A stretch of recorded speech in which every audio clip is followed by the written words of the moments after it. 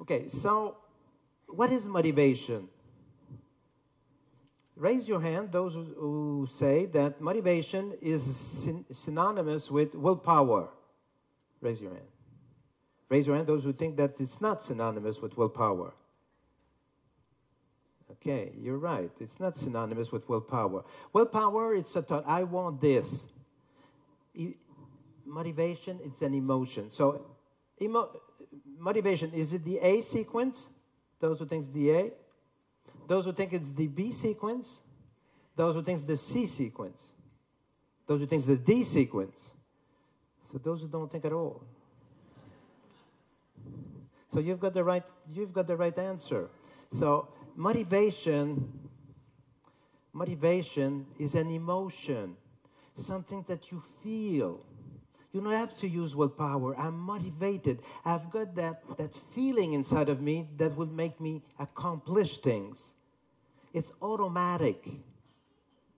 It's automatic. Even if you say, yes, I want to be motivated, it won't work. You're going to have to get to your thought process, your belief system. What do you say in yourself? So that will trigger that motivation thing. So let's work on motivation, which is the C sequence. And the only way we can motivate ourselves is working on the B sequence, our thoughts, the perception we have of something, perception of benefits. Like the French lady who would lose weight to cure her daughter's leukemia, but wouldn't do it for herself. So the perception of benefits.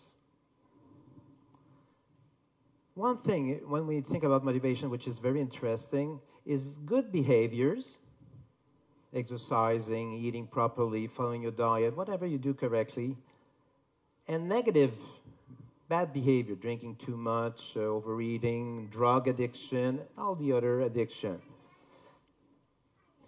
They all come, good or bad, in our head, we justify it. It's a pleasure. It's rewarding. Even when you overdrink, even if you are going to have an overdose of heroin, great. It's fabulous. I'll feel better. I may die. That will be fabulous because I don't want to have that pain again.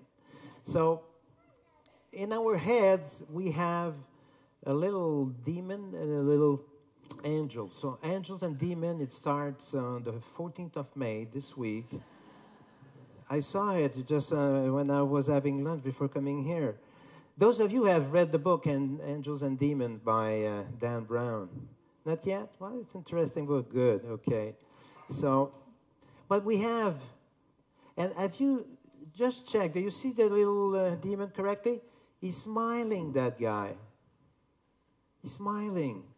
And the other angel is smiling too. So even when we do bad things to ourselves, we do feel that it's great for us to do so. Even when we're overweight, when we overdrink, when we smoke too much and so forth. So good or bad. Now, perception of benefits. There are two factors that are involved in motivation. Pain that I will lose, or pleasure that I will gain. And so those of you who have consulted motivation clinics or a physician for different reasons and so forth to change some behaviors, what is the major factor responsible for your motivation? And all the time, it's been pain, suffering, physical suffering, psychological suffering. So, because just take your arm and pinch it. Oh, ay, ay. So this we know it feels. But the pleasure, I have to see a patient coming in my office, Dr. Laurent. I'm in search of a transcendental pleasure that will bring me to nirvana and maybe communicate with the universe. So that ultimate pleasure, I've never seen anybody looking for it. But I've always seen people, gee, I've got enough. I'm sick of it. I want to do something about it. So when you lose half a stone, 1 stone. Raise your hand, those who quit after, let's say, 1 stone or less. Raise your hand. Not that many? Yeah, here and there. You're shy? Not so just check. Sometimes we have started, we go lose half a stone. We may have 2, 3 to go, but we stop. Why? Because unconsciously we have reached one of our goals, having less pain. Not having personal self-brought pleasure, less pain. Then we stop. So, when you decide to do something, for example, like say, yes, I want to lose weight, I want to feel better about myself by changing my weight and my habits and so forth. So, there's always a kind of a balance, a seesaw. So when the little angel inside of you, you have that angel and demon? Yeah? Raise your hand, those who don't have that continuous fighting between the angel and demon. Those who have that frequent confrontation between, yes, come on. Okay, well, okay, I think you're tired to raise your hand, and now the fitness test was quite correct. Okay, so if you feel that you gain health, maybe you won't have diabetes or you cure your diabetes, you want a better appearance, better clothing, energy, youth, satisfaction with yourself, you perform at work sexually and so forth better. So if what you gain is stronger than what you lose food that you like, you lose habits you were comfortable with, you lose maybe some have said to me, this is my only pleasure, food. Well, you should find another and quick, because it's a bit unfortunate. This is the only pleasure. There's so many others.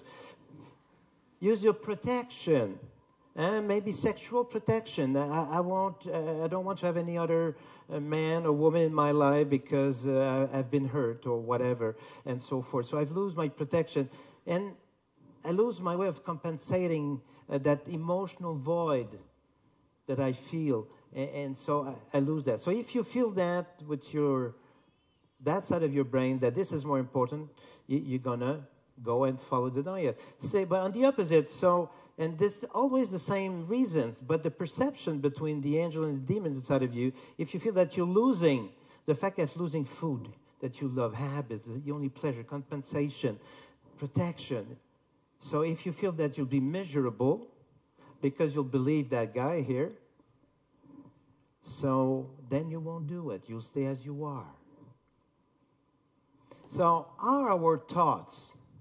I would say that the demon is realistic, maybe unrealistic, and the little angel. So if you tell yourself it's unfair, raise your hand, those of you who think that obesity and treatment obesity and that's what it's unfair. To be overweight is unfair. Nobody, yes, come on, oh, yeah, go, absolutely. So that's maybe the demon in the unrealistic way. So what the little angel will say to you, you're absolutely right, it's unfair to be overweight. Not to make efforts to change that. What is fair? What is unfair? If you say, it's too big of an effort anyway, raise your hand, those who have said that or say that to themselves, too big of an effort. Great. That's a little demon. This is the unrealistic way. Yes, then the other side, you may say, yes, well, absolutely, it's too big of an effort to carry 1 stone, 2 stone, 3 stone.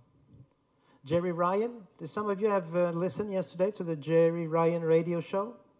Yeah, so he tried on the 1 stone vest, and that was heavy.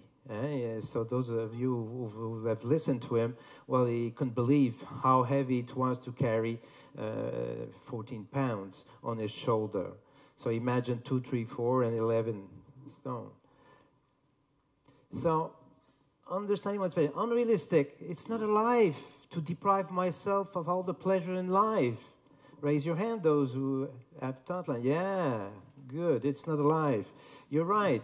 It's not a life to miss a part of it because I'm overweight.